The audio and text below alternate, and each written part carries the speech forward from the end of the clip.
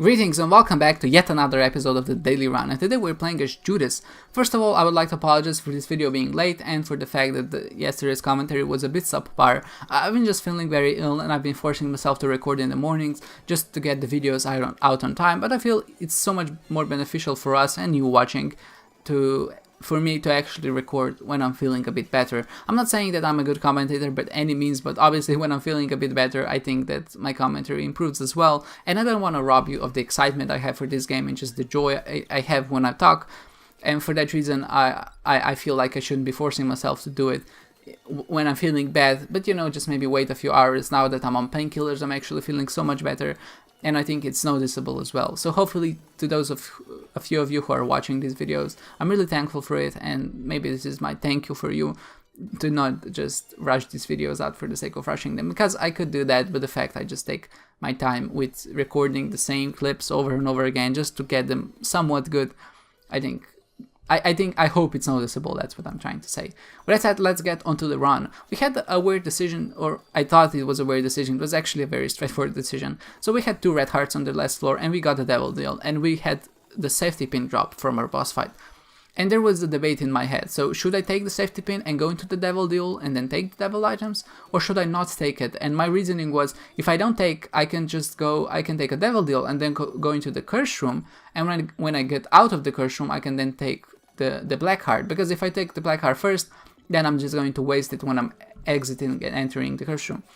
Well, but that won't really work with it. So if there was a 2 heart devil deal, I would just die immediately because I only had 2 red health. And if there was a 1 red heart devil deal, I would only have 1 red heart remaining, which means that if I entered the curse room, I would die on my way of exiting out. So what I should have done is taken the safety pin, get that black heart, and actually picked up both items that were in the pool, just because one of them was Incubus and the other one was Sacrificial Dagger. So I could have taken the Sacrificial Dagger for 1 and then taken the Incubus for 2, and that would have given me or left me in a very good position.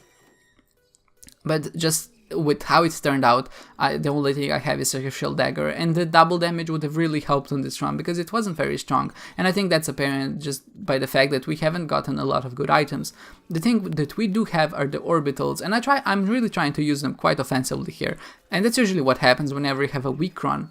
You're gonna focus on your orbitals a bit more just because they do deal insane amounts of damage. Of course, the risk in using your orbitals is the fact that you have to get close to the enemies, and because some can be quite unpredictable, that means that your damage penalty on average will be higher. But at the same time, having orbitals as your defensive option and your offensive option is obviously very useful.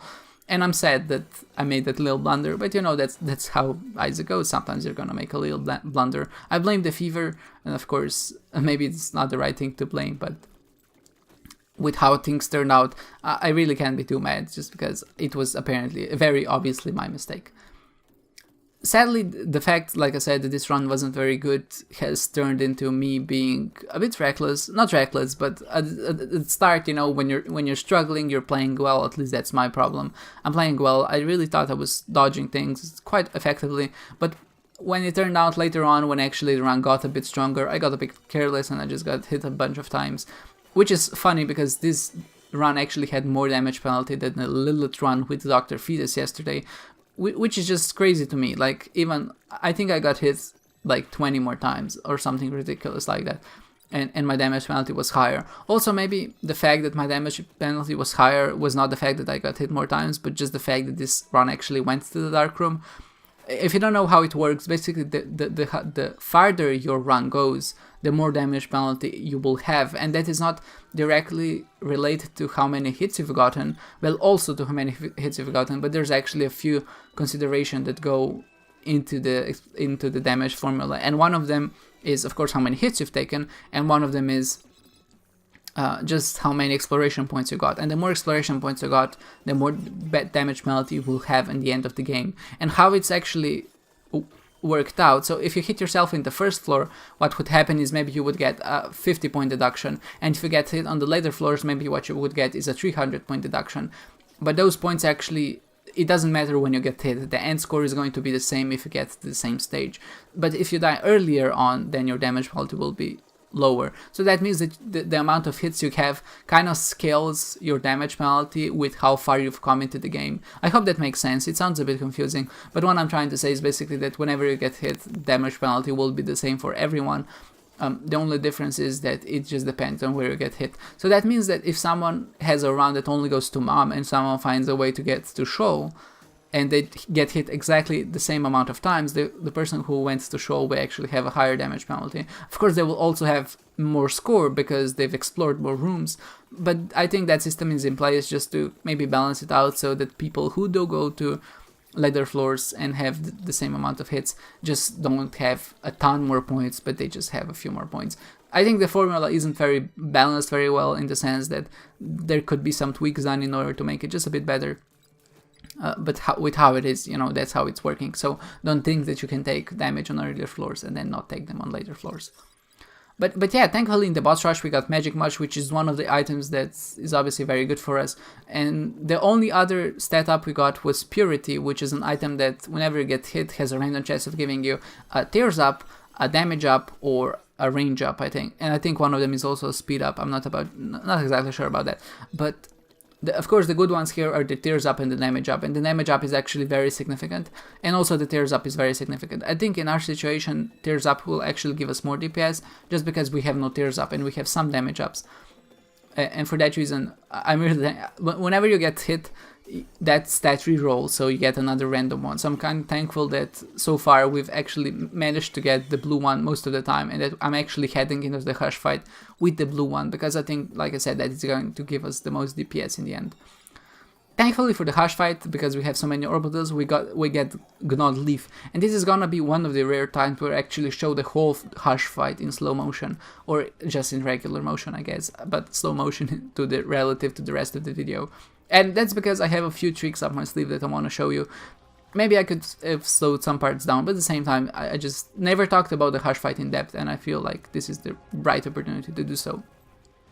So the first phase is not too difficult, everyone knows how to deal with it. Thankfully, we did get the yellow here, because what happened is, when I entered the shop, I just walked into the fire like an idiot, and I just got hit, and what happened, my stats got re-rolled from the blue one to the orange one, and the orange one is a range up, which is not too terrible in this situation, because having more range means we can fight from further, and just have less risks of getting hit against both the first phase and the second phase of the Hush fight. And at the same time, you're not gonna notice that sudden increase or decrease in DPS when you get hit. The only thing that will change is just how far you can shoot. And for that reason, I think, like, for psychological reasons and the fact that the range up has some benefits, it's a very good thing here. Here, the first phase is not too telling. You just maybe kite around him, just try to dodge bullets the best you can, and try to land as many shots as you can in between. Because Hush has armor, and from what I know, the more you hit him, the more damage your shots do.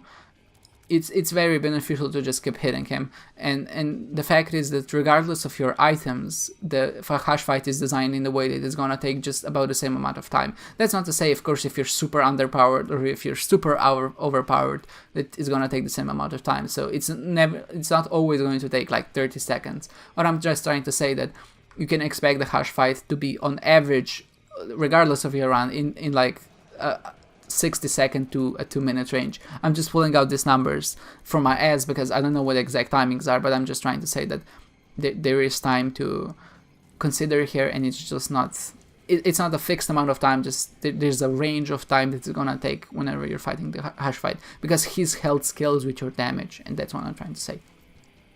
So here we use the Gnawed Leaf to our greatest effect, and this is actually the part I wanted to show. So when he enters his second stage, he goes underground, and then you have a few seconds to get ready. So what you do is just you position yourself down next to him, and so then he pushes you down with him. And what happens is he does push you down, and when you end up with him, you're just so near him that your orbitals actually hit him, and you're immortal as well, so that means he cannot hit you. The only danger here is maybe that he pushes you away, but when you're in this stage, unless he has some explosive shots, nothing will actually push you away. So the only thing you have to watch out for are the blue guys that he spawns, because they do have the ability to kind of move your position. But thankfully he wasn't that mean, so he didn't do that. So we were actually able to deal about a half of life of damage to him, just being AFK. I'm not really AFK, I was still here, obviously, but this is the dangerous part. So when he starts moving, you're in a very weird position, because what he does is he homes on you, and what you want to do in order to get him is going to a corner and just try to stay there. So that's what I try to do here, but sadly he just stops at the last possible second. If he just went on for just a half a second longer, he would actually push me in the corner and my orbitals would do the rest. But what happened is he just spawned a lot of these blue thingies on the ground that shoot you passively, and what happened is I was in a very weird position with the continuum shot, so I couldn't really dodge both the shots and both the blue thingies, the polyps or whatever. So I ended up taking some damage here, which is obviously not very good. I'm still using the Gnod Leaf to the greatest effect here when the blue guys are... why is everything a blue guy or a blue thing? But you know, the whole fight is obviously very blue. I just don't know their names. But here I just use the Gnod Leaf so they attract to me, and then that's when I try to hit them. If you're really patient, what you could do technically, just always stay there and just not move, because eventually he is going to do his burrow attack, and he's going to come next to you, and that way the orbitals will deal damage to him. Of course, it would be much better if we had an active way of dealing damage to him while we're AFK. So something like Bumbo or maybe Revenge Fly or anything of that sort would obviously be very helpful here.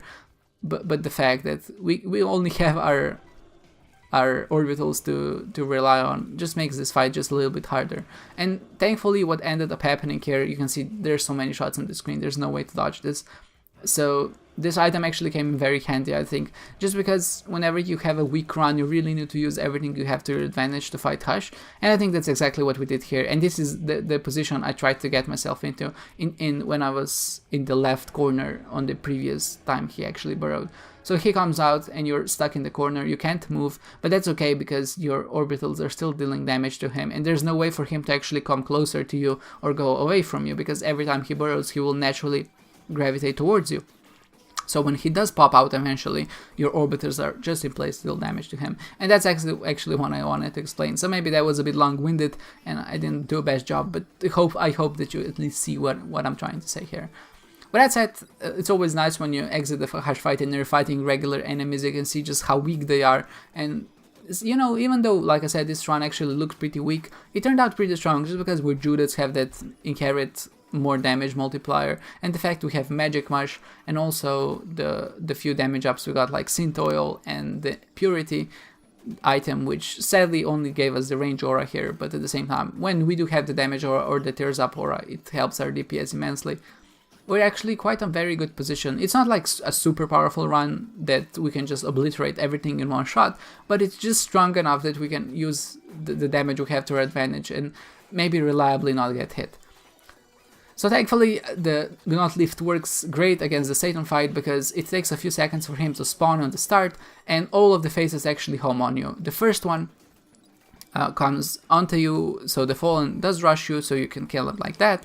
The second phase just spawns wherever you're standing, because you would position yourself in the middle of the room. And the third phase, which has hooves that stomp onto you, obviously locks onto you as well, and the orbitals can take from there. So in a sense, this was actually the perfect run for the items we've got, because having any way to deal contact damage or passive damage as well as Gnod Leaf is a great combo indeed. And it's not something that's used very well, but I'm glad that I could have used it to the greatest extent here.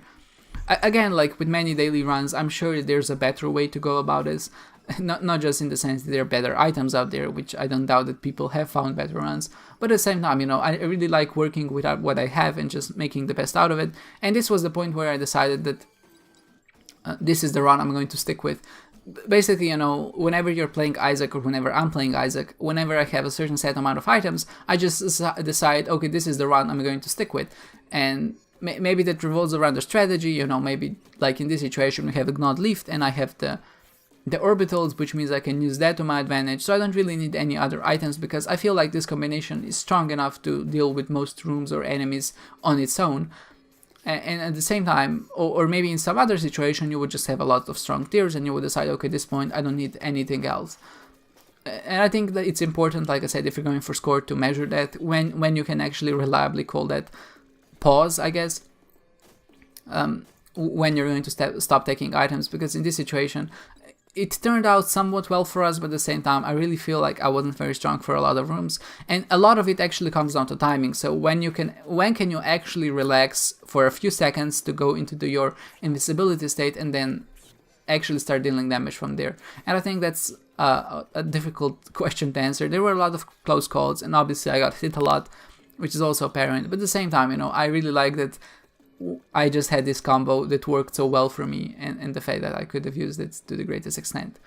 Thankfully, we had another helper here. We got Monstrous Lung, and you might be wondering, is it a bit of a waste to actually have Monstrous Lung and pick it up this late on? Because the only thing it does is, okay, sure, it increases your damage output, but it also increases your item penalty, so what the hell, why would you pick it up? But at the same time, first of all, I still have the second phase of the Dark Room to go through because I have the Forget Me Now pill, and at the same time, even if there were only 2 rooms, I think taking the item which decreases your score by 50 or 100 is still more worth it than just getting hit, and getting hit would maybe deduct about 300 points from your score, and picking up an item is increasing or deducting your score by 100, so that means you're in a net worth for about 200 points. So that's maybe a bit of a weird analogy I'm trying to make, but what I'm trying to say, the risk of taking an item is offset by the risk that you're going to get hit. So whenever we take a good item, we expect to get hit less, and I think that risk is worth it, because you would rather just have some score penalty than just have a damage score penalty. I hope that again that explained this well, because I think that was a bit confusing. But yeah, I think the risk of taking an item is less risky than just going into a room where you don't have good items and just getting hit. And I picked up Libra here as well at the end, and not just for the lols, but because it does give you 6 of every consumable, which means that our points increase. And what ended up happening, because I have the Purity Aura, the range boost, my tears got increased by a lot, or just, my stats in general, and I was able to deal with the first phase quite effectively. The second phase, thankfully, he just stopped shooting for a second. I was able to go AFK, and because he does naturally home on you, and when he dies, the body is left on the floor, the orbitals took the rest of the job, and I wasn't never in any danger of getting hit. So you can see that the run took 1 hour in total, which is crazy. We are ranked 138, which is not the best score in the world, and our damage penalty was through the roof, so 7,500, which is not very great. With that said, thank you guys for watching, I hope you enjoyed it, and I hope to see you next time.